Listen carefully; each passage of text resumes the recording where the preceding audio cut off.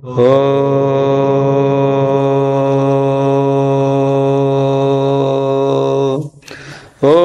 గురుర్బ్రహ్మా గురుర్విష్ణు గురురేవ మహేశ్వర గురు సాక్షాత్ పరబ్రహ్మ తస్మై శ్రీ గురవే నమః. పరమాత్మకులారా, మనం ఉనికి, దేని ఉనికి అనల్లా అనేదాన్ని తెలుసుకున్నాం. వ్యవహారంలో అనేక రకమైన ఉనికిలు ఉన్నాయి కదా అని అంటారనమాట. అనేక రకమైన ఉనికిలు ఏం లేవు, ఉండేది ఒకే ఉనికే. దాంట్లో ఆ ప్రత్యయం లేదా వృత్తి వచ్చినప్పుడు దానికి ఉంది అని అంటాం అనమాట మనం. అంతే, ఒకే ఉనికే. తీపి అనేటు అనేక రకాల తీపులు లేవు, ఒకే తీపినే ఆ విశేషణాల ద్వారా వేరు చెప్పుకుంటూ అంటారు. అంతే, ఏదున్నా తీపి అనే పదమే లాస్ట్కి రావాల్సి వస్తుంది. అట్లా ఇది కూడా ఉన్నది అనే దానికి ఒకటే ఉండేది. దాంట్లో వేరు శబ్దాలు పక్కకు వచ్చినప్పుడు ప్రాతిభాషికము, వ్యావహారికము, పారమార్థికము అని ఇట్లా పదాలు వాడతారే కానీ ఉన్నది అనే దాంట్లో మాత్రం మారేకలేదు అవి. ఆ విధంగా వాళ్ళు సత్తా జాతి ఉందని వైశేషికులు, తార్కికులు అన్నారు. అది కూడా కాదు అని నేను చెప్పుకున్నాము. తర్వాత వీళ్ళు విజ్ఞానవాదులు వచ్చి విజ్ఞానమే ఉండేది ప్రపంచమంతా, రెండవది లేదు అన్నారు. సరే, మీ విజ్ఞానమే సత్యమైతే ఇప్పుడు విజ్ఞానానికి అర్థమేమి? ఒకటే ఉండాలి. అది ఇప్పుడు ఘట జ్ఞానం అయిందంటే మళ్ళీ పట జ్ఞానం కాకూడదు. అంటే కుండ జ్ఞానం అయిందంటే బట్ట జ్ఞానం కాకూడదు. ఇప్పుడు ఉన్నది అనే దాంట్లో మారకూడదు కదా. అట్లా ఆ విజ్ఞానం ఉన్నది లేదనే పదాలు కూడా రాకూడదు. మళ్ళా విజ్ఞానం ఒకటే నింటే అయితే ఆ విజ్ఞానమే అని అంటారు. వాటికి నిలబెడితే అది అర్థం కాదు. విజ్ఞానం ఉన్నది అంటే ఉనికి నుంచే విజ్ఞానానికి కూడా విలువ వస్తుంది. అట్లా మీరు ఏవైనా తీసుకోండి, ఆ యొక్క ఉనికి ద్వారానే మిగతావన్నీ చెప్పాలా. ఉనికి లేదు మీరు ఏమి చెప్పేదానికి ఎవరికి సాధ్యం కాదు. చూడండి, ఇట్లా ఏమైనా ప్రయత్నం చేసి ఏమైనా చెప్పేటట్టుంటే చూడండి, ప్రయత్నం చేసి పలాని చెప్తే అర్థమవుతుంది అనండి. ఎవరన్నా కానీ ఏమన్నా కానీ ఊరిని చెప్పండి. వాడు ఏదైనా ఒక పదం చెప్పండి, చూస్తాం ఏమో అర్థమవుతుందో. ఉన్నదనే లేకుండా చెప్పండి. ఊరినే ప్రపంచం అన్నారనుకోండి ఉదాహరణకి, ఏమర్థమే? ప్రపంచం అంటే ప్రపంచము అని అర్థమవుతుంది అంతే. అది ఉంది అనేది రాలేదు కదా. ఆడ బస్సు రాలేదు అదా, మళ్ళా పదం ఏం చెప్పిండి? అది రాలేదు కాదు, బస్సు అను ఏమొస్తుందో అర్థం చెప్పు. రాలేదనేది మళ్ళీ క్రియేట్ చేసినావు. నువ్వు వచ్చిందనేదానికి రాలేదనేది సరిపోతుంది. బస్సు రాకుండా ఉంది అని అర్థం. అది బస్సు రాలేదని నువ్వు అంటే, బస్సు రాకుండా ఉన్నది అనేదాన్ని నువ్వు బస్సు రాలేదని ఇస్తావు అంతే. ఉన్నది అనేది అడుందిగా లేదా? మనం ఏం చెప్తాం? బస్సు రాలేదప్ప అంటారు. దాని అర్థమే సరిగ్గా చెప్పాలంటే, దిన్నం బస్సు వచ్చి ఉండేది, ఈ పొద్దు బస్సు రాలేదు కాబట్టి అట్లా మాట్లాడతాం, టక్కని మాట్లాడతాం. ఉన్నది అన్నప్పుడు మాత్రమే పూర్తి అర్థం వచ్చేది మనకి ఎప్పుడే కానీ. ఉనికిని విడిచిపెడితే అర్థం రానే రాదు ఎప్పుడు, ఏ పదాలు కూడా వచ్చేయలేదు. అట్లా దేవుడు ఏమర్థమైంది? దేవుడు అంతే. ఉన్నాడు అన్నప్పుడు ఆ ఉనికి నుంచి దేవునికి సత్యత్వం వస్తుంది అనమాట. అట్లా కాబట్టి ఆ విధంగా చెప్పాలంటే వీళ్ళు ఏమడిగినారు? వాళ్ళేమో చెప్పింది కాదు అంటారు, మీరు విజ్ఞానము కాదని అంటారు, సత్తా జాతి కాదని అంటారు. మరి మీరెట్లా చెప్పాలనుకుంటారు దాన్ని? మీ దాన్ని కూడా ఎవరైనా కాదు అనొచ్చు కదా. మీరు చెప్పే కూడా ఉనికి అని అంటే అది కూడా కాదు అని అనొచ్చు కదా. అంటే దానికి శాస్త్రం ఏం చెప్తాను తప్ప అంటే, మీరు అన్నట్ల ఒక జాగ్రత్తలో ఉండి దాన్ని నిర్ధారణ చేసే సాధ్యం కాదు, ఎవరికి కాదు. జాగ్రత్తలో ఉండే వస్తువుని తీసేసేకి ఎవరికి సాధ్యం కాదు. ఎందుకంటే జాగ్రత్తలో కంటికి కనపడేదాన్ని లేదు అన్నట్టు ఎట్లా అంటారు? మరి ఏం చేయాలా? ఉనికిని నిలబెట్టడానికోసరము మనకు అనుభవంలో ఏమేమి ఉన్నాయో వాటినన్నింటినీ ఉపయోగించి చూడాలా, దానిలో ఉండాలా. అట్లా మనకి ఇప్పుడు ఏముండాయి మన అనుభవంలో? జాగ్రత్త ఉంది, స్వప్నం ఉంది, నిద్ర ఉంది. ఈ మూడింటిలో కూడా ఏది ఉంటే అది మాత్రమే దాన్ని ఉందనాలి. కానీ ఒక అవస్థలో కనపడి మళ్ళీ రెండు అవస్థల్లో కనపడేదాన్ని ఉందనే దానికి అధికారం ఏముండదు. కాబట్టి ఆ ఉనికిని నిర్ధారణ చేసేటప్పుడు సార్వత్రిక పూర్ణానుభవాన్ని చేయాలా అని చెప్పి శాస్త్రం చెప్పేది. మిగతా వేదాంతులంతా ఏం చెప్తున్నారప్ప అంటే, జాగ్రత్త ఒకటే సత్యం పెట్టుకుంటారు, మిగతా రెండు అవస్థలు కూడా తీసేసినారు. గాలిపడానికి తోకాశం వంటివన్నీ తీసేసినారు దీనిలన్నింటినీ.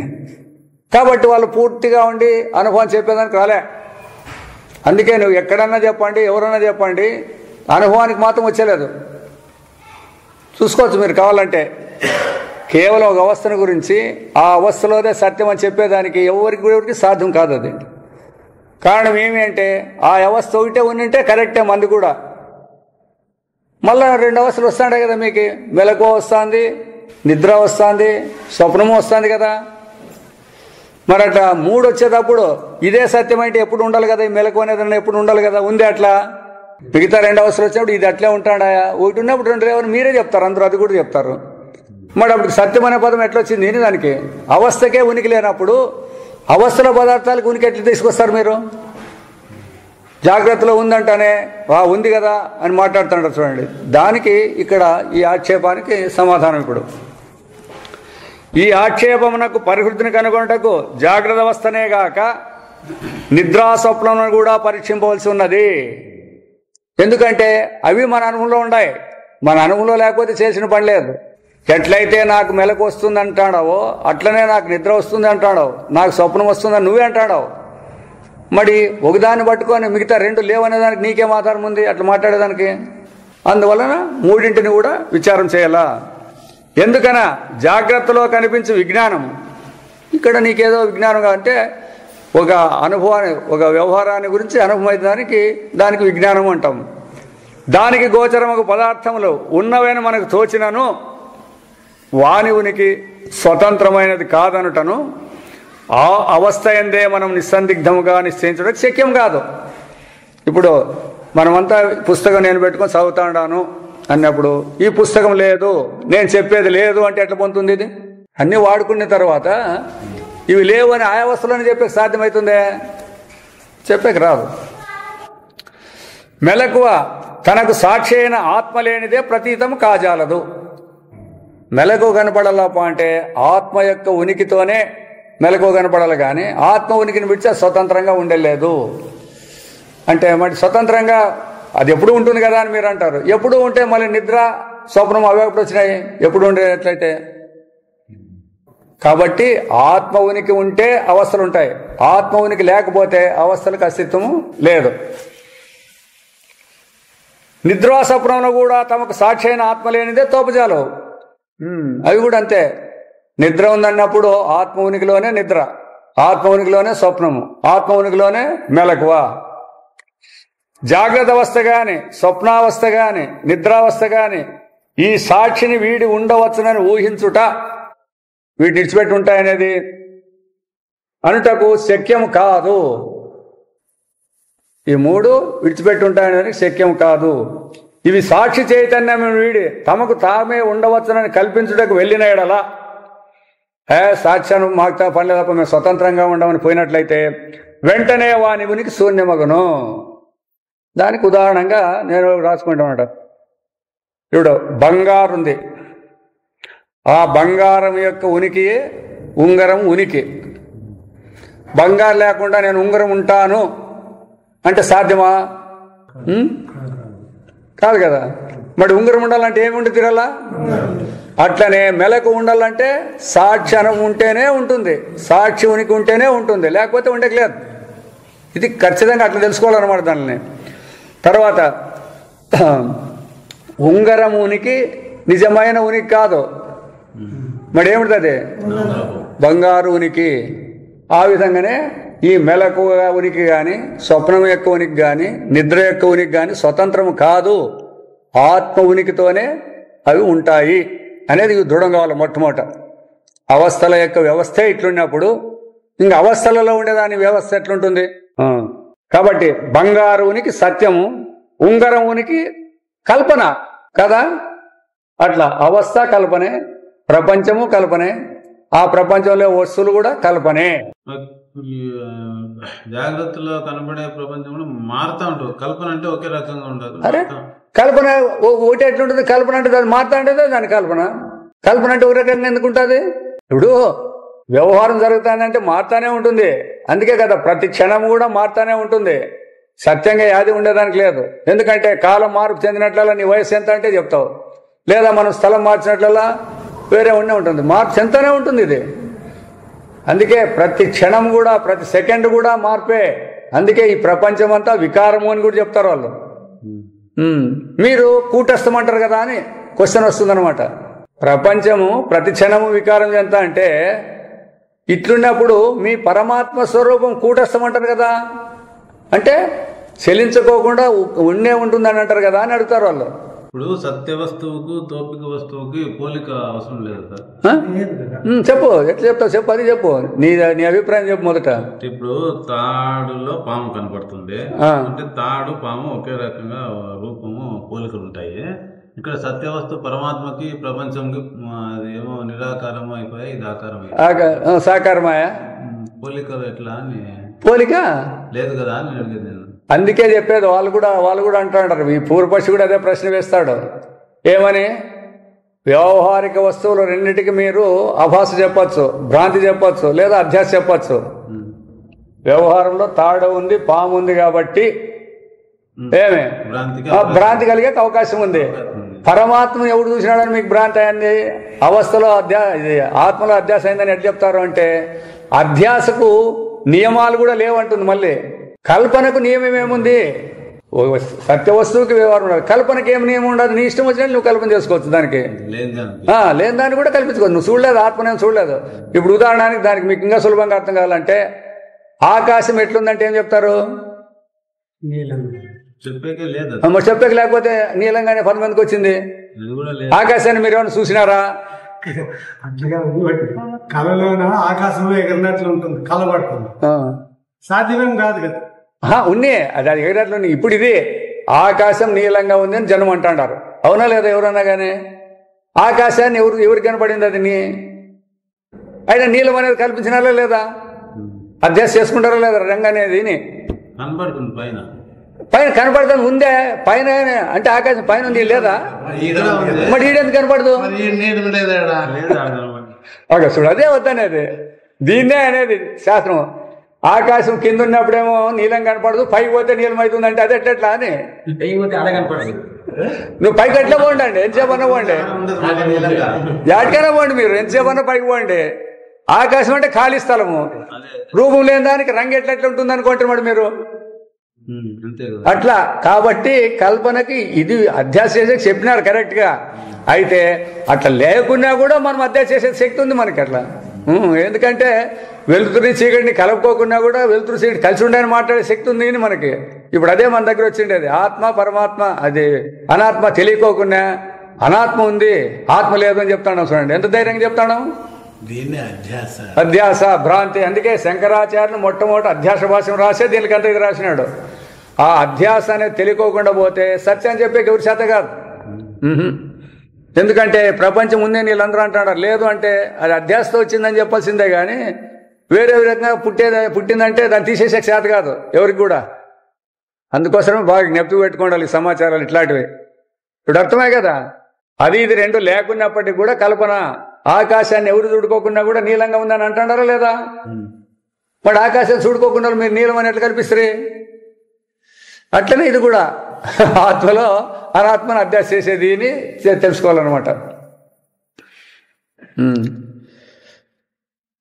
కాన సాక్షి యొక్క ఉనికి వాని ఉనికి, అందువలన ఆ సాక్ష్య వాటి యొక్క జాగ్రత్త కానీ స్వప్నం యొక్క కానీ నిద్ర యొక్క ఉనికి సాక్షి ఉనికి వాటికి. ఆ ఉనికి సాక్షి నుండి అప్పు తెచ్చుకున్నట్టుదే కానీ సొంత ఉనికి కాదు. కావున వాని ఉనికి యొక్క సారము సాక్షి అని ధ్రువపడను. అట్లా సారం అనేది అదే. మనం నామరూపాలకు సారము పరమాత్మ. నామరూపం ప్రపంచంగా తోస్తుంది, అయితే దాని సారం ఏమిటిది అంటే పరమాత్మ లేదా పరమార్థము అని కూడా అడగచ్చు. ఈ నామరూపాల పరమార్థం ఏమప్ప అంటే పరమాత్మ అని చెప్పాలి మనం. అట్లా ఇప్పుడు ఆ సాక్షి యొక్క వ్యాపకత్వం అర్థం వస్తుంది. దీంట్లోనే క్లియర్గా వస్తుంది, అన్నీ వస్తాయి దీనికంతా. ఇప్పుడు ఇది ఒకటోటి అర్థం చేసుకుంటూ పోండి ఇట్లా క్లియర్గా. వ్యాపకత్వం లాస్ట్కి వస్తుంది. ఇప్పుడు సాక్షి స్వరూపమున గురించి విచారించుటకు పూనుకొన్నచో, ఇప్పుడు సాక్షి అనేవాని గురించి మాట్లాడతాం. సాక్షి ఉనికే వీటి ఉనికి అంటారు కదా. మరి ఆ సాక్షి అనేవాడు ఉన్నాడు అనే దానికి ఎట్లా అని దాని విచారానికి పూనుకున్నట్లయితే దాని ఉనికి మరి ఒక దాని అపేక్ష లేక స్వతంత్రమైనదని బోధపడను. దాన్ని విచారించినట్లయితే వీటికి ఆ సాక్షి ఉనికి ఉండే ఈ సాక్షికి ఎవరు ఉనికి ఉంది అని మీరు విచారం చేసినట్లయితే దానికి ఏ ఉనికి లేదనేది బోధపడుతుంది. అదే అన్నిటికీ ఉనికి అనేది. సాక్షి ఎందు ఉనికి లేదని కల్పించుటకు శక్యం కాదు. ఎందుకనగా ఆ కల్పనకైనను సాక్షి యొక్క ఉనికి అవసరమే కదా. ఇప్పుడేమంటావు? ఉనికి లేదు అని అనొచ్చు, మీరు అనొచ్చు. ఉనికి లేదు అంటాడు కదా, ఉనికి లేదు అని దేంతో అంటాడు అని చెప్పేది సాక్షి. సాక్షించాల్సిందే. అదే జ్ఞానము సాక్షి అనుకో, జ్ఞానం అనుకోండి, ఇక్కడ ఆత్మ అనుకోండి. లేదని చెప్పాల్సి వస్తే కూడా దాంతోనే చెప్పాల్సి వస్తుంది అని, ఉనికితోనే చెప్పాల్సి వస్తుంది. కాబట్టి లేదనే దానికి లేదు. మీ అవస్థలు లేదని చెప్తాం మేము, ఎందుకంటే నిద్ర ఉన్నప్పుడు మీ అవస్థ ఏడుందని అడుగుతాం మేము. అట్లా దీన్ని ఎప్పుడైనా మీరు అది ఉన్నప్పుడు ఇది లేదని చెప్పేకేమన్నా మీకు సాధ్యమైతే చూడండి. ఎప్పుడు కల్పించి చెప్పాలన్నా కూడా దాన్నే ఉపయోగించాల్సి వస్తుంది అనమాట. ఎందుకనా ఆ కల్పనకైనను సాక్షి యొక్క ఉనికి అవసరం కదా. ఈ విధముగా ఉండుట వలన సాక్షి అనుభవనకు గోచరమగుటయే అవస్థల ఉనికి అనియు.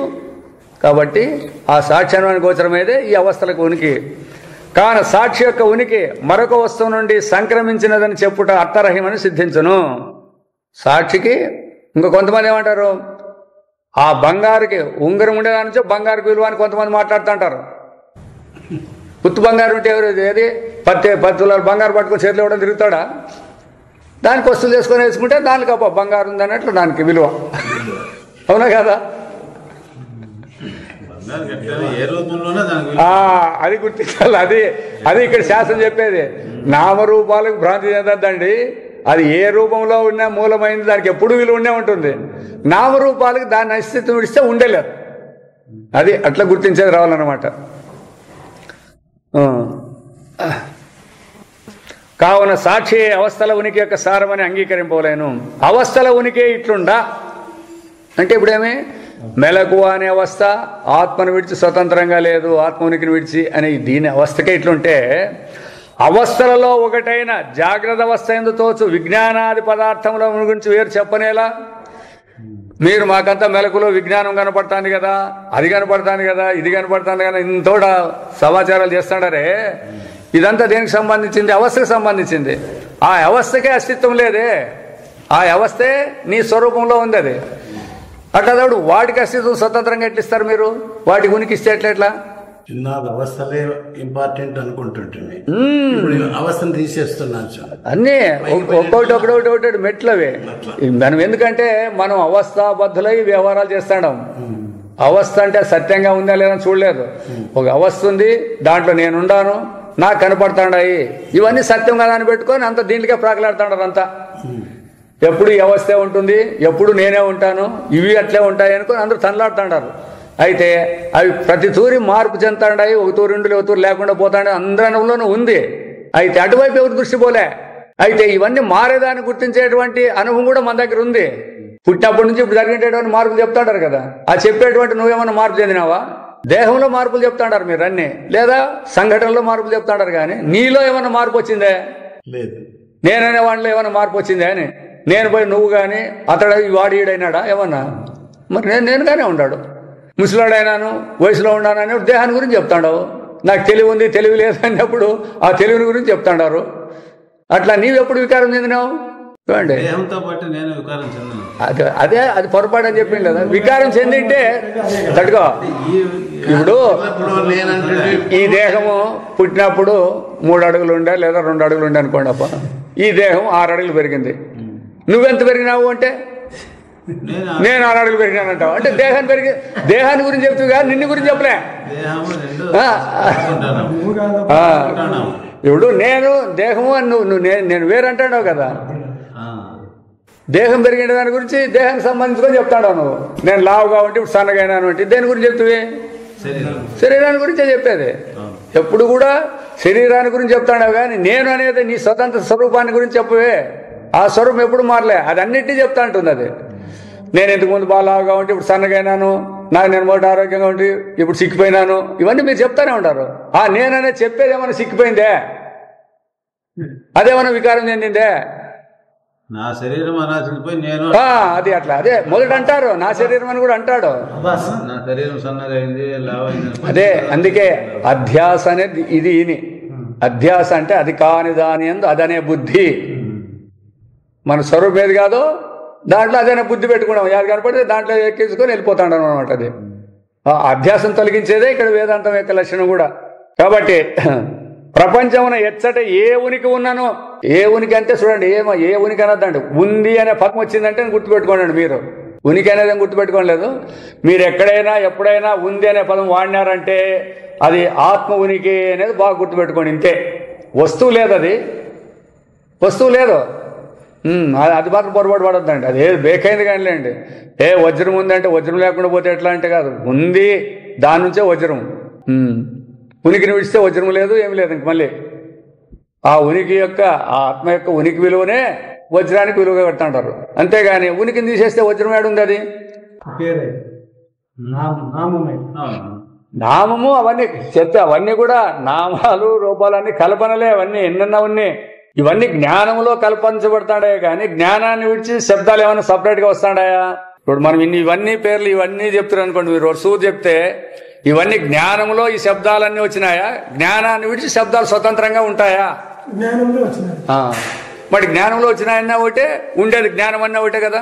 ఆడ రావాలా, ఆడ రావాలా, అదే రావాల్సి ఉంటుంది. తెలియబడుతున్నాయి అన్నప్పుడు అది బాగా అర్థమవుతుంది, కష్టం వస్తుంది. అంతే. అంటే అవి జ్ఞానం ఉనికినే నువ్వు ఆ రూపాల్లో చెప్తాడావు.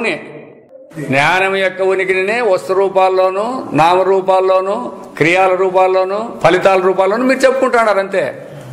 వాటికి స్వతంత్రమైన అస్తిత్వం లేదు. అందుకవే అంటే నీ ఉనికితోనే వాటికి విలువ, కానీ నీ ఉనికి లేకపోతే ఆ దేనికైనా కానీ విలువ ఎట్లా వస్తుంది చెప్పు? కాబట్టి ఆత్మ ఉనికే సత్యం అనేది రావాలన్నమాట. అదే అందరికీ శాశ్వతమైన స్వరూపం, అదే మీ అందరి స్వరూపం, అదే శాస్త్రం చెప్పేదనమాట. మనం ఏమనుకున్నామంటే నేనంటే నేననేవాడు లేకపోతే పోతుందేమో, నేను వస్తే వస్తుందేమో అనుకుంటారు. కాదు, అది కాదు. ఈ నేననేవాడు రాని, ఈ నేననేవాడు పోని. మెలకులో ఈయననేవాడు ఉంటాడు, నిద్రలో ఈయననేవాడు లేడు, స్వప్నంలో ఈయననేవాడు లేడు, ఇంకో నేననేవాడు వస్తాడు. వీళ్ళందరూ వచ్చిపోయినా కూడా ఈ నేననేవాడు ఏమన్నా ఇడిచిపెట్టిపోయినాడు ఆయుడు? వాళ్ళు వచ్చిపోయేవాళ్ళే కానీ స్వతంత్రంగా ఉండేవాళ్ళు కాదు వాళ్ళంతా. అందువలన నీవే నిత్యుడు, నీవే సత్యుడు, నీవే పరమాత్మ, నీవే బ్రహ్మ అని చెప్పేది. ఇట్లా అందరికీ, ప్రతి ఒక్కరికి వాళ్ళ స్వరూపంలో పర్యవసానం చేయాల, ఆత్మస్వరూపంలోనే పర్యవసానం కావాలన్నమాట. వేదాంతం వినేతలకే జిజ్ఞాసు ఉత్తమాధికారి అయిందంటే అనుకుంటాడు. ఉత్తమాధికారి కాకపోతే కొంచెం టైం పట్టచ్చు, దానికే మళ్ళా మాకందరికీ తెలియదు కదా అనొచ్చు. అది వద్దు. నీకు తెలియకపోయినా నువ్వు అదే. ఎందుకంటే నువ్వు తెలియాలంటే ఎట్లా అనుకుంటావు? విషయాలు తెలుసుకున్నట్లు తెలుసుకోవాలనుకుంటావు నువ్వు. అట్లాగా తెలుసుకోవాల్సింది అది. నా స్వరం పరమాత్మని గుర్తించాలి నువ్వు, అది తెచ్చుకోవడం అంటే. అర్థమైన ప్రశ్న. ఇప్పుడు సాక్షి యొక్క ఉనికి అన్ని విధముల ఉనికి అనేటప్పుడు అనుభవాధారం. ఇప్పుడు చెప్పినాడు, అనుభవాన్ని కూడా చూపిస్తారనమాట ఈ ఉనికి ఉందని. సాక్షి యొక్క ఉనికి సకల పదార్థముల ఉనికి అగునే అని ఇప్పుడు ఆబ్జెక్షన్స్ వెంటనే వస్తుంది. ఇట్లా మీరు చెప్పినట్ల సాక్షి ఉనికి అంతా ఉందంటారు కదా. ఉనికి అగునేని మెలకువలో ప్రపంచం యొక్క ఉనికి, పదార్థముల ఉనికి, విజ్ఞానము యొక్క ఉనికి, నా ఉనికి, నీ ఉనికి, ఈ ప్రకారంగా ఉనికి వేరువేరొకటి కనిపించడం కారణమేమి? మళ్ళా రెడ్డొచ్చి మొదలెత్తుకుంటేది మనోడు. ఇంతకు ముందే ఉనికి కంప్లీట్గా చెప్పేసినాము. అయినా మళ్ళీ ఆక్షేపకుడు చెప్తాడు, సరే మీరు ఉనికి ఒకటే పగలంటే మరి ప్రపంచం ఉందని ఎందుకంటారు? వస్తువులు ఉండని ఎందుకంటారు? వాడున్నాడని ఎందుకంటారు? వీడున్నాడని ఎందుకంటారు? ఇవన్నీ ఉనికి ఉన్నట్లే కదా వాళ్ళందరూ చూపిస్తే అనేదానికి కారణమేమి? ఇదినుగాక తమరింతకు ముందు తెలిపినట్లు ఇప్పుడు అది కూడా వస్తుంది. మీరు చెప్పినట్లు రజ్జువు వ్యావహారిక సత్తగలదేను, రజు సర్పము ప్రాతిభాషిక సత్తగలనే ఉన్నది. కాడేమో వ్యవహారంలో ఎప్పుడు సత్యంగా ఉంటుందప్ప, పాము అనేది తోచిపోతుంది కాబట్టి అది ప్రాతిభాషిక సత్యాన్ని అది చెప్పినారు మీరే. వ్యవహారంలో ఇవి ఉన్నాయి, వ్యావహారిక సత్తా ఉంది, పారమార్థిక సత్తాన్ని కూడా మీరు చెప్పినారు. ఇట్లుండగా ఈ రెండు వస్తువుల ఎందుకు కనిపించు ఉనికి ఒక్కటే అని గ్రహించుటెట్లు అని ఎవరైనాను ప్రశ్నింపవచ్చును. ప్రశ్నలు వేసేది ఇట్లేలే కానీ ఇంకేమో వాళ్ళు దాన్ని తయారయ్యే మనకు చెప్తాండేది. ఈ ప్రశ్నకు స్వప్నానుభవాధారం చే సమాధానం వచ్చుటకు అవకాశం గలదు. అది ఈ పాయింట్ మీకు తెలియకపోతే చెప్పలేరు. మళ్ళీ ఈ రెండు వేరు ఉన్నాయి కదా ఈడ అన్నప్పుడు చెప్పాలంటే నీకు ఆ స్వప్నాన్ని ఉదాహరణ తీసుకొని ఆ స్వప్నంలో కూడా ఇట్లాంటివన్నీ కలుగుతాయి. కలిగిన అవన్నీ ఏమంటారు? స్వప్నాన్ని కట్టుబడి అని అంటారు కదా. స్వప్నం ఉనికే కదా అట్లా బయటకు వచ్చేది. అట్లనే ఈ జాగ్రత్త కూడా ఇట్లే వస్తుందని చెప్పేదానికి చెప్తారనమాట ఇది. అందుకే ఎక్కడెక్కడ ఏ పదం వచ్చినప్పుడు ఎట్లా మనం అడ్జస్ట్ చేసుకోవాలనే దానికి అదే గురువులు అనే దానికి అది ఒకటి గుర్తు అంతే. మనకి వాళ్ళు చెప్పినాక మళ్ళీ తెలుస్తుంది, మాకే తెలిసిందే ఇట్లే మనకి తెలుస్తుంది అని తెలుసుకొని పోతుంది. అయితే అప్లికేషన్ ఆ సందర్భంలో ఆ మాట ఉపయోగించేదానికి మనకు రాదా ఆ ఉపాయం. అందుకే చెప్తే శ్రోత్రియ బ్రహ్మనిష్ఠులు అని చెప్పిండే పదం ఎందుకు? ఆ అనుభవ స్వరూపాన్ని గుర్తించిన వాళ్ళు అయితే ఎక్కడెక్కడ మీకు అనుమానాలు వస్తాయో చూడ ఆడ అనుమానం వస్తుంది, దాన్ని ఇట్లా తీసేసుకోవాలని చెప్పింటారు వాళ్ళు. అనుభవం లేని వాళ్ళు అట్లుండంట ఇట్లుండంట అని అంటుంటారు. వాళ్ళకి తెలియదు కదా, దాని నుంచి వాళ్ళు చెప్పిన దాన్ని అట్లుండంట ఇట్లుండంట అని అంటుంటారు. అట్లా అనకూడదు. శంకర వేదాంతంలో అట్లుండంట ఇట్లుండంట కాదు, ఇట్లే అని చెప్పాలి లాస్ట్కి. స్వప్నమునందు జాగ్రత్త అవస్థల వల్లనే నేను నా విజ్ఞానము, అవునా, ఇతరము అని విభాగాత్మకముకు ప్రపంచం కలదు కదా. ఇప్పుడు ఇవన్నీ చెప్పు కదా, వాళ్ళ ఉనికి వీళ్ళ ఉనికి ఇదంతా ఉంది వేరు అని చెప్పు కదా. ఈడు కూడా స్వప్నంలో కూడా ఇట్లుంది కదా, నేనుండ నా ఉనికి నా విజ్ఞానము నాకు ఇతరం కనపడుతుంది అనేది. మెలకువలో వలె ఇచ్చటను కొన్ని ప్రాతిభాసిక సత్యాత్మక దృశ్యములు. స్వప్నం వచ్చినప్పుడు కూడా పాము అని అంటావు, ఎవరు వచ్చి ఆడుందా పాము అని చూపిస్తే లైట్ వేసి చూస్తే ఆడ తాడే ఉంది. ఈ దృశ్యాన్ని ఆడికి వచ్చినట్లే కదా ప్రాతిభాసిక. వ్యావహారిక సత్యాత్మక దృశ్యములు కూడా ప్రతీతములగును. వ్యవహారంలోనే తాడు పాము ఉన్నట్ల, ఇంకోటి సర్పం ఇది తగరము వెండి ఉన్నట్ల వస్తువులు కూడా ఉండొచ్చు, అవి కూడా ఉంటాయి. అయినా అచ్చట ఈ వేర్వేరు సత్తాత్మక వస్తువులు నిజముగా గలవని మనము భావించదమా? అట్లా స్వప్నములో ఉండే వస్తువుల్ని ఆడ వేరువేరుగా కనపడితే అవి సత్యంగా ఉండని మీరు అంటారా? ఆడనేది వద్దు ఇప్పుడు. అదే అందుకోసమే యా అవస్థలో ఉన్నప్పుడు ఆ అవస్థలో దాన్ని చెప్తే తీసేసే కాదని అదే చెప్పిండు అనమాట. ఇప్పుడు ఆడన్నోడు ఈడెందుకు మూవ్ అంటావు? అది అనుభవం పట్టుకుంటే ఆడే చూడు, ఆడ అనుభవం అయింది అంటాడు, వీడు లేదంటే ఎట్లెట్ల మాట ఇది అనుభవం కాలేదు అని చెప్పు ఒప్పుకో, లేదా వస్తువులు లేవన్నా ఒప్పుకో. అట్లా ఇప్పుడు ఉన్నాయని కరెక్టా, ఇప్పుడు లేవంటాను ఏది కరెక్ట్ సార్? ఆడేమో ఉన్నాయంటున్నా లేవంటాను ఏది కరెక్ట్? నువ్వే చెప్పు. నీవు చెప్పినాక నువ్వేదని చెప్తే దానికి మేము చెప్తాం, మళ్ళీ మేము చెప్పినాక ఆయన చెప్పినాడు అన్నదండి. మళ్ళీ మీరు చెప్పండి. ఇప్పుడు బయటకు వచ్చిన తర్వాత లేదు, మరి నువ్వే చెప్పేది నిజమా అబద్ధం? మేమనేది ఏంటికి అంతా నిజమే కదా. ఇప్పుడు కూడా ఇప్పుడు జరిగినా ఇప్పుడు లేవు కదా. అంటే ఇప్పుడేమి ఆ విధంగానే మరి ఒకప్పుడు ఒకప్పుడు లేకపోతే అది ఎట్లా సత్యం అంటారు దాన్ని. ఇది కూడా దీన్ని అంతే, ఇవి కూడా ఒకప్పుడు ఒకప్పుడు లేవు కదా. మెలకులో నీ అధ్యాసలన్నీ కూడా స్వప్నంలో ఉన్నాయా? ఈడుండేటివి ఆడ ఉండేటి ఉన్నాయి, ఈడుండేటి వాడు ఉన్నాయా అని మరి అయిపోయి నువ్వే ఒప్పుకుంటు కదా. ఇదంతా నిజము. ఇవి రెండు నిద్రలో లేవు. అయితే తెలుసుకునేదానికి నీవు తీసేసుకోవాలనుకునే దానికి నువ్వు ఎందుకంటే మిగతా అవస్థను విచారం చేయకపోతే దీంట్లో కూర్చొని దీని అసత్యము అని చెప్పే కెము చేత కాదని చెప్పిన దానికి బ్రహ్మదేవుని కూడా చేత కాదని ఉండేది. అయితే నీకు తత్వాన్ని తెలియజేయాలి కదా, ఇప్పుడు యథార్థాన్ని గుర్తింపు చేయాలి. కాబట్టి శాస్త్రము నీ అనుభవాన్ని పట్టుకొని ఇప్పుడు విచారం చేసుకుంటూ వస్తుంది అనమాట. దీని మీద రాగం ఎక్కువైపోయింది మనకు. అది దాన్ని ఏమంటారు? అభిమానం, జాగ్రత్త అభిమానం అంటారు చూడు. ఆ జాగ్రత్త అభిమానం వదులుకోలేక ఇట్లా అది అబద్ధము ఇది సత్యం అని అంటారు. సరే, నువ్వు స్వప్నానికి పోయినప్పుడు నీ జాగ్రత్త అభిమానం అంతా ఏడుందాడా? ఉందా మీది? మీ ఇండ్లు కానీ మీ భార్య పిల్లలు ఏమన్నా అభిమానం ఉందాడా? మరి ఎక్కడ పోయేది ఉండింటే? వేరే వాళ్ళకి అభిమానం ఉంది, అక్కడ వేరే వాళ్ళు ఉంటారు. ఎవరు వేరే వాళ్ళని తట్టుకో. ఈడు నీ పెండ్లాం పిల్లలు విడిచిపెట్టాడు, వేరే వాళ్ళ మీద అభిమానం నీకేమన్నా వచ్చిందేమో? నీవే ఉండింటే ఎవరన్నా చెప్పే మాటేనా ఇది? ఆడు వేరేవాడే వాడు, మరి వాడు వేరేవాడు. అదే ఆ మాట చెప్పు. వాడికి సంబంధము దీని మీద విరాగం పుట్టే వైరాగ్యం ఆడు. అందుకే చెప్పేది జాగ్రత్త ప్రమాతృవే వేరే, స్వప్న ప్రమాతృ వేరే. నిద్రలో ప్రమాతృలే లేరు. అయితే మన స్వరూపము ఇవి ఉన్నా ఇవి లేకున్నా ఉంటాయని నిన్ను చూపించేకొచ్చినా ఇవన్నీ అవి దాని గురించి మాట్లాడక రాలేదు. ఇది శాస్త్రము. మీరేం పట్టుకుంటారంటే దాని గురించే మాట్లాడకపోతారు. శాస్త్రం వచ్చి చెప్పిండేదేమి, నీవు సత్యస్వరూపుడు, నీవు ఆత్మస్వరూపుడు అని చెప్పి నిన్ను గురించి చెప్పేకొచ్చినాయి. నువ్వు ఎక్కడెక్కడ పొరపాటు పడినాయో ఆ పొరపాట్లన్నీ గుర్తించి యువతకు రా అని చెప్పేకొచ్చింది. అది వీళ్ళు ఏం చేస్తారంటే వేదాంతంలో వచ్చిన వాళ్ళు ఈ దీన్ని కొట్లాడతారు. మీకు చెప్పేకి రాలేదు కాబట్టి కాదు మేము పోతామంటారు. పోండి ఎవడొద్దన్నాడు. వాళ్ళకి చెప్పేకి రాదు, మీకు తినేకలేదు, లేచిపోతారు అంతే. అట్లా అందుకే జిజ్ఞాసు అనేవాడు ఎవడు అనేది మొదటి శాస్త్రం చెప్పిండే అనమాట. అది అట్లా వాళ్ళకే ఇది పట్టేది, మిగతా వాళ్ళందరికీ పట్టేకి లేదు. కేవలం తర్కాలతోనూ ప్రమాణాలతోనూ వీటితో ఉపయోగించుకుంటే తెలిసేది కాదు. ఇది అనుభవం ద్వారానే పట్టండి ఎప్పుడన్నా కానీ. ఎందుకంటే అనుభవం మీకు లేకుండా పోలే. మీ స్వరూపమే అనుభవము, మీ స్వరూపమే ఆత్మ, మీ స్వరూపమే బ్రహ్మ. అట్లా మీకు తెలియకోకుండా ఎట్లా పోతుంది? అయితే మీరేం చేసినారు, అది విడిచిపెట్టి మేము దేహం అనుకుంటారు చూడండి, దానికి మనకు తెలియకోకుండా పోయింది. మీ స్వరూపాన్ని మీరు గుర్తించి అనుభవాన్ని ఉన్నట్లు చూసుకుంటూ పోతే మీకేం అనుమానాలు రావు. ఎందుకు వస్తాయి అనుమానాలు? అనుభవంలో లేవు అనుమానాలు. ఎక్కడున్నాయి?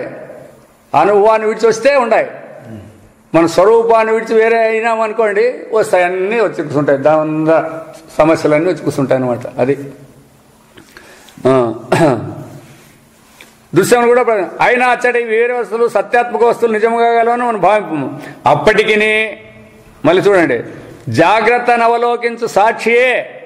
అది గుర్తుపెట్టుకోవాలా. ఏ జాగ్రత్తనైతే ఏ సాక్షి చూసిందో, స్వప్నమును గాంచున్నాను వ్యవహారమునకు స్వప్నమును గాంచున్నాను స్మరణయే ఆధారము.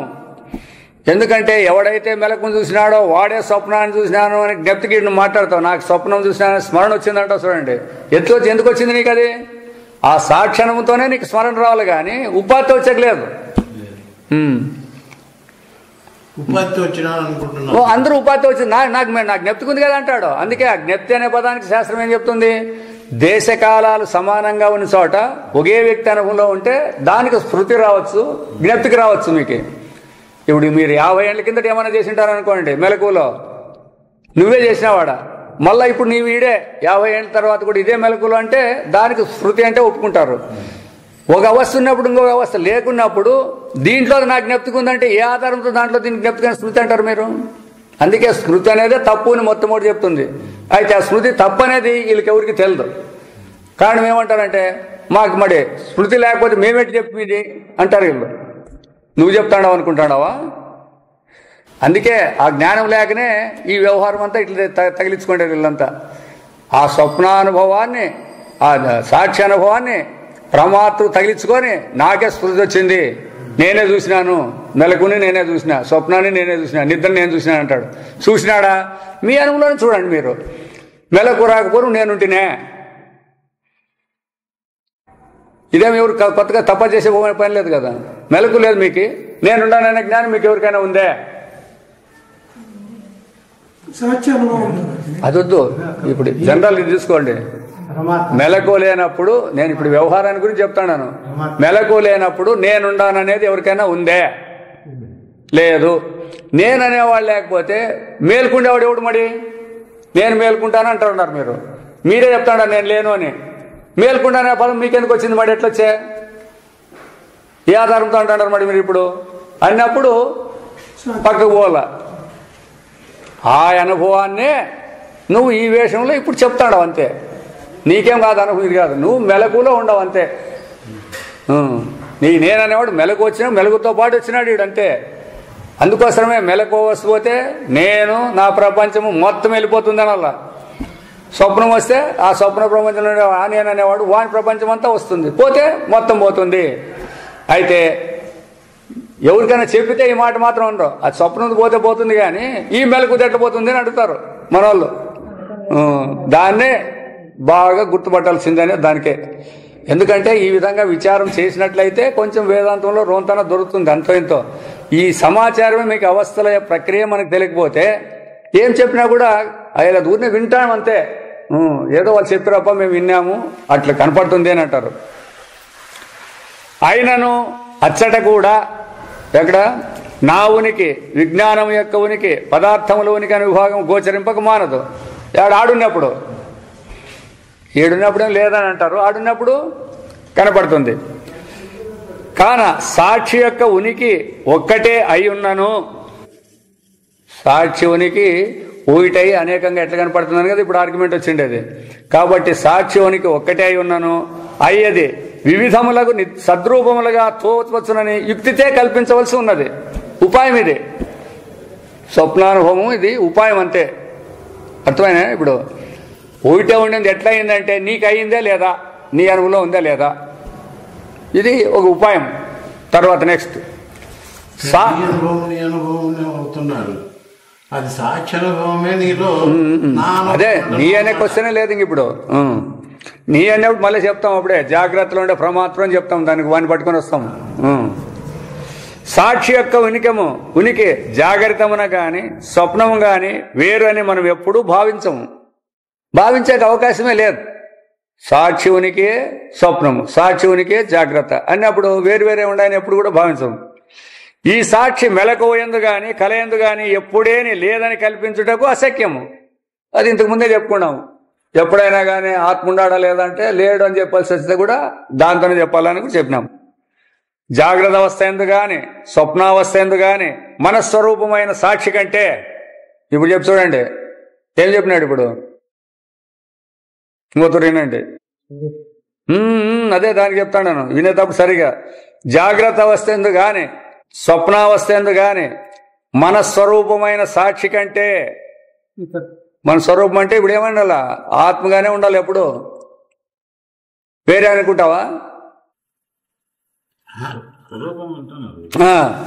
భిన్నమైన ఏ పదార్థమునే గాని ఉన్నదో లేదో, ఇప్పుడు జాగ్రత్తలో అది ఉంటుందో లేదో అని అంటారు. భూతకాలమున ఉండనో లేదో, వెనకది ఉన్నో లేదో, భవిష్యత్తున ఉండనో ఉండదో, ఇంతకు ముందు ఉన్నదో లేక వేరొకటి అని మనం నిస్సంశయింపవచ్చును. యాడే జాగ్రత్తలో కానీ స్వప్నంలో కానీ అనుమానాలు రావచ్చు మనకి. ఏమో ఇప్పుడు చూస్తాడా మేము ఇది ఇంతకు ముందు ఉన్నో లేదో మాకేం తెలియదే, మరి ముందుకుంటుందో లేదో అని ఇట్లా ఈడ కలుగుతాయి. అదే అభిప్రాయాలు స్వప్నంలో కూడా కలుగుతాయి. కానీ మనస్వరూపమైన సాక్షి అందిట్టి సంశయమునకు తావులేదు. అవస్థల్లో ఉండే వస్తువులకి సంశయాలు రావచ్చు. నీ స్వరూపానికి అప్పుడు ఆ స్వప్నంలో ఈ సాక్షి ఉన్నో లేదో, ఇప్పుడు మాత్రమే ఉండాడో అంటాడు కొంతమంది. అంటున్నారు మీరేమో నిద్రలో సాక్షి అనుభవం చూపిస్తారు కానీ ఇప్పుడు చూపియండి అని అడుగుతారు చాలా మంది. నిద్రలోనేమో చెప్తారు అక్కడ ఏమీ లేదు ఎట్లా లేదు అంటే దానికి కొన్ని ఉపాయాలు చెప్పిస్తారు. ఇప్పుడు ఉందా అని అడుగుతారు. మరి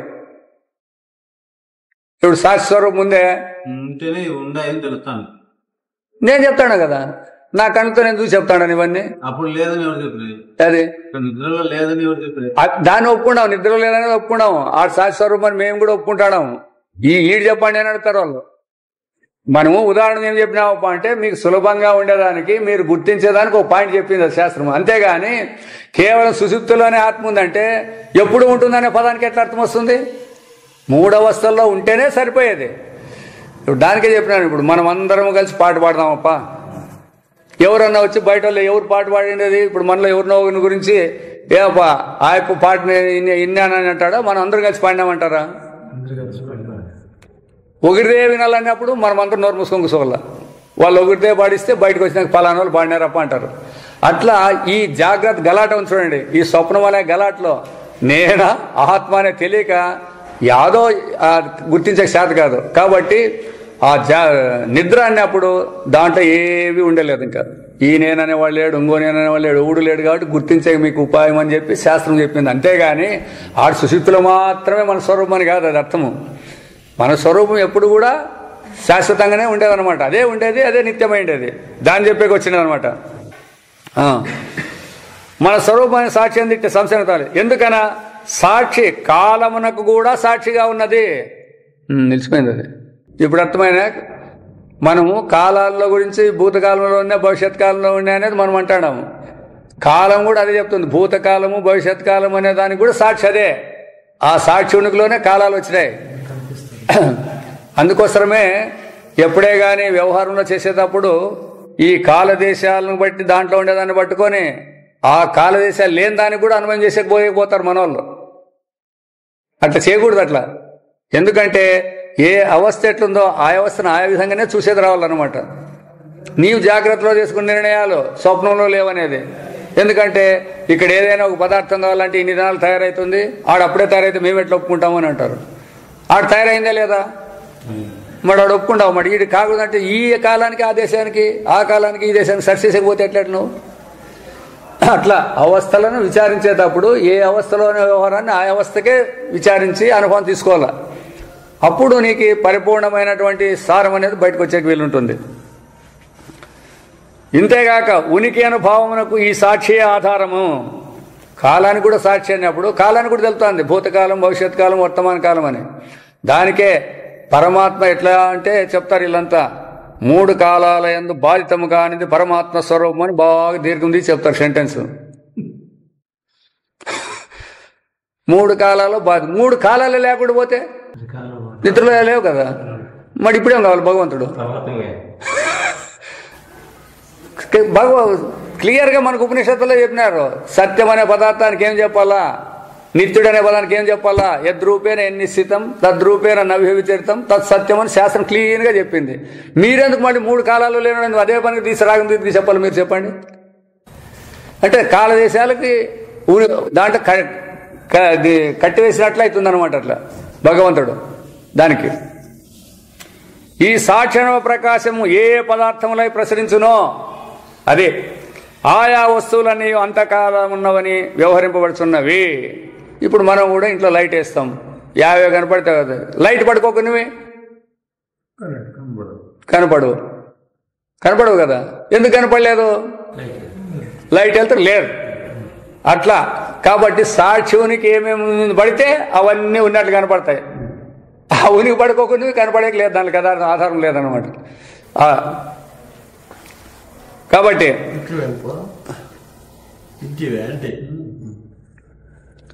అది మనం కూడా చెప్పినాం కదా, లైటే ఎంత ప్రధానమైనది కూడా చెప్పినాను. ఆయా వస్తువులన్నీ అంతకాలం కాన వాని ఎందలి ఉనికి సాక్షికి సంబంధించిన రుజువగును. దాని యొక్క అస్తిత్వం ఉంటేనే కనపడినాయి, అస్తిత్వం లేదా కనపడవు అని చెప్పినాం కదా. కాబట్టి మరి ఉండేది ఏమిటి? అది అదే ఉంది అనాలి మీరు. ఒకే ఉనికియే వేరువేరుగా కనిపించుతుండవచ్చుననుటకు ఇట మనకు స్వప్నమే దృష్టాంతమని గ్రహింపవలయను. ఒకటిది దృష్టాంతం. ఒక ఉనికియే వేరువేరుగా ఎందుకు తోచుతున్నది అనుటకు మనకు కారణము తెలియకపోవచ్చు. కారణం తెలియదు కదా మనకి, ఎందుకు ఇట్లా కనపడతాండి అనేది. కానీ ఆ విధముగా తోచుతున్న విషయమున మనకు సంశయం లేదు కదా. ప్రత్యక్షానికి సాక్ష్యమేమేనే, ప్రత్యక్షం చూస్తాడు ఎదురుగా, మళ్ళీ నాకు సాక్ష్యం చూపించాలంటే ఆడితే చూపించేద్దాన్ని. నీ అనుభవంలో ఉండాలి. ఒకే ఉనికి అనేది రకరకాలుగా మారుతుంది అనేది నీకే తెలిసింది. అది దానికి కారణం అని ఎందుకు అడుగుతావు? ఇప్పుడు అదేం మారడం లేదు, మరి నీ స్వభావం బట్టి మారుతుంది కదా. అది కాదు, అట్లా నీకు ఇప్పుడు ఆడెదురు కనపడింది, అదేదో విషయం కనపడింది తప్ప అది నాకెందుకు కనపడాలా అని అంటాడు. ఇప్పుడు తాళ్ళలో పాము కనపడింది అన్నావు నువ్వు, నాకెందుకు కనపడాలంటే నీకే కదా కనపడింది, అది మాకేం కనపడిందే. తాడు ఎందుకు అట్లా కనపడాలా, పాము అట్లా అంటే నీ అజ్ఞానము, నీ అజ్ఞానము అంతే. అట్లా ఈ ఉనికి కూడా ఇట్లా వేరువేరుగా కనిపిస్తాయి. కారణాలు ఏం కావాలంటే కారణాలు ఏం అవసరం లేదప్ప, నీకు కనపడతాడే. అదే అది ఆ మాట చెప్పారన్నమాట. ఇది కానీ ఆ విధంగా తోచుతున్న విషయమున మనకు సంశయం లేదు కదా. తాడు పాము కనబడిందో సంశయం లేదు. అయితే అవునా కాదా అని చూసేకపోయినప్పుడు కాదు అని తెలిసింది అంతే. అట్లా అందువలన జరిగింది ఏం చెప్పేది, మూల స్వభావంతో జరిగింది అది అంతే. ఇంకా దానికి మూల స్వభావం జరిగింది, మళ్ళీ అదెందుకు కలగాలని అడుగుతాడు. మూల స్వభావం అంటే అదెందుకు? మీరు ఆత్మ అన్నారు కదా, మూల స్వభావం అని మళ్ళీ అన్నిట్లే వస్తాయి. పరమాత్మను తెలియనందువలన అంతే మూలం, అంతే మెయిన్. ఇంక రెండోది ఏం లేదు దీనికి. పరమాత్మ తెలిస్తే నీ స్వభావాలు లేవు, ప్రకృతులు లేవు, వికృతులు లేవు, అవస్థలు వేటివి లేవు. అది తెలియనంత వరకు ఎన్ని రకాలైనా ఏమైనా కనపడవచ్చు, దాంట్లో ఏం అనుమానమే లేదనమాట. దానికి ఒకే దృష్టాంతాన్ని చెప్తారు. రాత్రిపూట్ల చీకటిలో ఏదైనా ఒక స్తంభం ఉందంటే ఒక్కొక్కరి దృష్టాంతం చెప్పి ఎన్నో రకాలుగా చెప్తారు దాన్ని. వాడు అంతమందికి అన్ని రకాలు ఎందుకు కనపడాలంటే అది స్తంభం అని గుర్తించినందువల్ల ఇన్ని కనపడినాయి అందరికీ. దొంగోనికేమో పోలీసోడు కనపడతాడు, పోలీసోనికేమో దొంగోడు కనపడతాడు.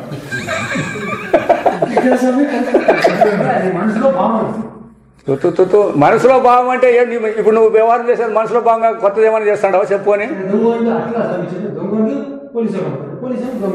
అదే ఇప్పుడు వీడు పోలీసుడు ఎదురాడికి వచ్చింటాడు దొంగలు పట్టేకి రాత్రికి, ఆడ అట్లా అది కనపడతానే ఓహో ఇటు దొంగడు అంటాడు. దొంగోడు ఏమనుకుంటాడు, వాడు దొంగతనం చేసేకి వచ్చింటాడు, అది కనపడితే ఏమో పోలీసుడు ఉన్నట్లు అని వీని భావం. ఒకే స్తంభమే కదా, భావాలు ఎందుకు మారినాయి మరి? ఎందుకు వాళ్ళ వృత్తిని బట్టి వాళ్ళు ఇట్లా కనపడతా ఉంటాయి అంతే. అది ఎంచే వేరే కాదు. దానికన్నీ అట్లా ఉదాహరణలు చాలా చెప్తారు అనమాట శాస్త్రం. కాబట్టి ఎందుకు కలిగింది అని అర్థండి, కలుగుతాడో లేదో చూడండి అంతే. ఆ విధంగా స్తంభాన్ని గుర్తిస్తే ఎవరికైనా కలుగుతారే, మళ్ళీ కలగదు. అట్లా ఆత్మస్వరూపాన్ని మీరు గుర్తించినంత వరకు ఇట్లాంటివి కనపడతానే ఉంటాయి మీకు.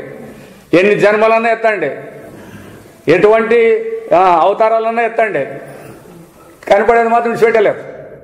అంటే మనము ఇప్పుడు మూల స్వభావాన్ని ఇంపార్టెంట్ నుంచి ఇటు జరుగుతుంది అని చెప్పేసి దానికదే చెప్తే కదా, మూల స్వభావం ఏమైనప్ప అంటే ఇంతే. వీళ్ళు అదే చెప్తారు కదా, ప్రకృతి అంటారు దానికి, మళ్ళా మూల ప్రకృతి అంటారు. అధ్యాసకు కూడా మళ్ళా ఇంకోటి ఏదో ఉంది అని చెప్తారు. అధ్యాస అయ్యేదానికి ఇంకో కారణం లేదు. అధ్యాస అనేదే చాలు, ఇంకా దానికి మళ్ళా ఇంకో కారణం చెప్తారు వీళ్ళు వేదాంతులు. దానికి పోయి ఆడితేస్తారు మీరు. దానికి ఎందుకు అయిందంటే మీరేం చెప్తారు మళ్ళీ?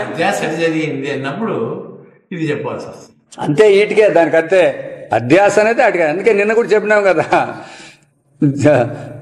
ఎవరికి అజ్ఞానం ఉందంటే ఏమంటారు మీరంతా? జీవులకు అజ్ఞానం ఉందా, ఎవరికి ఉందంటారు చెప్పండి? ఎవరైతే స్వస్వరూపం తెలుసుకోలేదో వాడికి అజ్ఞానం. సరే, జీవులకు అజ్ఞానం ఉందా లేదా అని ఓ మాట అడిగినాం అనుకోండి, ఏం చెప్తారు మీరు? చెప్తాం. ఎవరికి? జీవుడు. జీవునికి అజ్ఞానం ఉందంటారు. శాస్త్రం ఏమంటుంది? జీవుడు అనేది అజ్ఞానం అప్ప, వానికి ఇంకా అజ్ఞానం లేదు అని చెప్తుంది. వాడికి కూడా తెచ్చి పెడతారు మీరు. ఒకవేళ మీరు అది తెచ్చిపెట్టారు అనుకోండి, అది కూడా ఒప్పుకుంటారు శాస్త్రం. జీవునికి అజ్ఞానం ఉంది కదా, ఇప్పుడు జీవునికి జీవత్వం పెట్టి అజ్ఞానం తీసేయాలా, జీవత్వాన్ని తీసేసి అజ్ఞానం తీసేయాలా? జీవత్వం తీసేసాక జీవత్వం తీసేస్తే చాలా అంతే. జీవునికి అజ్ఞానం తీసేస్తే వాడు జీవుడు అట్లే ఉంటాడు కదా. అజ్ఞానం తీసేసినంత మాత్రం వాడేం జీవుడు అడిగిపోతాడు. కాబట్టి జీవత్వాన్ని తీసేస్తే అజ్ఞానం పోతుంది, కానీ జీవునికి అజ్ఞానం తీసేయాలనే క్వశ్చన్ రాదు. ఇట్లాంటివి ఉండాలి సుర్మా, ఇవన్నీ గుర్తుపెట్టుకొని ఉండాల్సిన విషయాలు ఇవి. మనమంతా జీవులకి అజ్ఞానం ఉంది, ఈ అజ్ఞానాన్ని పోగొట్టాలా అంటారు వీళ్ళు. జీవులకి అజ్ఞానం కాదు, జీవుడు అనేవాడే అజ్ఞానం అప్ప. వాడి జీవత్వాన్ని పోగొట్టాలి, వానికి అజ్ఞానాన్ని పోగొట్టేది వద్దు. ఆ అజ్ఞానమే జీవుడు.